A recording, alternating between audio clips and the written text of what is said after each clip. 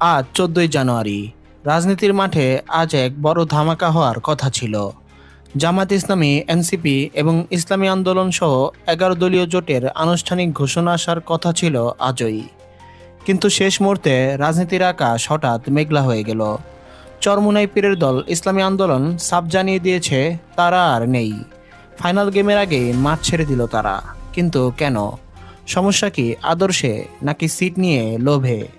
জরিপে যাদের ভোট ৩% বেশি ওঠে না, তারা দাবি করছে ১১০টি আসন। আজ আমরা উন্মোচন করব চরমোনাইয়ের সেই শিয়ালের লেজ কাটা গল্পের পেছনের আসল রহস্য। কেন ইতিহাস বলে চরমোনাইকে বিশ্বাস করা মানেই রাজনৈতিক আত্মহত্যা? বিস্তারিত থাকছে আজকের মেগা রিপোর্টে। ইসলামী আন্দোলনের আত্মবিশ্বাস এখন আকাশচুম্বী, যার প্রমাণ তাদের করা এক অদ্ভুত জরিপ। তাদের দাবি অনুযায়ী হাতপাখা মার্কায় ভোট ৪৩% আর বিএনপির মাত্র ৪%। মানে জরিপ দেখে তো পাগলও হাসবে। মজার বিষয় হলো সেই জরিপেও তারা জামায়াতকে ২৮% ভোট দিতে বাধ্য হয়েছে। এই অবাস্তব জরিপের উপর ভিত্তি করেই তারা জামায়াতের কাছে ১০০ থেকে ১১০টি আসন দাবি করে বসেছে। অথচ জামায়াত তাদের যোগ্যতার চেয়েও বেশি ৪০টি আসন দিতে চেয়েছিল।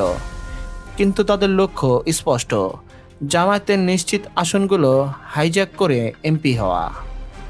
চরমোনাই যে এমন করবে তার ট্রেইলর আমরা ছাত্র সংসদ নির্বাচনেই দেখেছি। ডাকসু এবং যোগসু নির্বাচনের আগে ছাত্র শিবির উদার মন নিয়ে তাদের ঐক্যের প্রস্তাব দিয়েছিল। কিন্তু তাদের আবদার ছিল ভিপি বা জিএস পদ দিতেই হবে। কর্মী নেই, ভোট নেই, অথচ শীর্ষ পদ চাই। ফলাফল কি হয়েছিল? শিবির ল্যান্ডস্লাইড ভিক্টরি পেল, আর চরমোনাইয়ের ছাত্র সংগঠন লেজ গুটিয়ে মাঠ ছাড়ল। এবার জাতীয় নির্বাচনেও ঠিক একই চিত্রনাট্যের পুনরাবৃত্তি ঘটাচ্ছেন চরমোনাই। আসুন চরমোনাইয়ের গত ৩০ বছরের রেকর্ড দেখি। ১৯৯১-তে ০, ৯৬-তে ০, ২০০১-এ এর সাথে সাথে জোট করেও ০, ২০০৮-এ ১৬৭ আসনে লড়েও ০, এমনকি ২০১৮-তে ৩০০ আসনে লড়ে ভোট পেয়েছে মাত্র ১.৫%।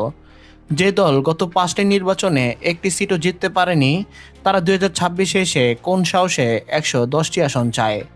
এটি কি পরের ধনে পোদ্দারি নয়? তারা জানে একা দাঁড়ালে জামানতও থাকবে না, তাই জামায়াতের কাঁধে চড়ে বৈতরণী পার হতে চেয়েছিল। প্রিয় দর্শক, ১.৫% ভোট পাওয়া দলের কি ১১০টি আসন দাবি করা সাজে? কমেন্টে আপনার মতামত জানান। ইসলামী আন্দোলন শুরুতে কোনো এক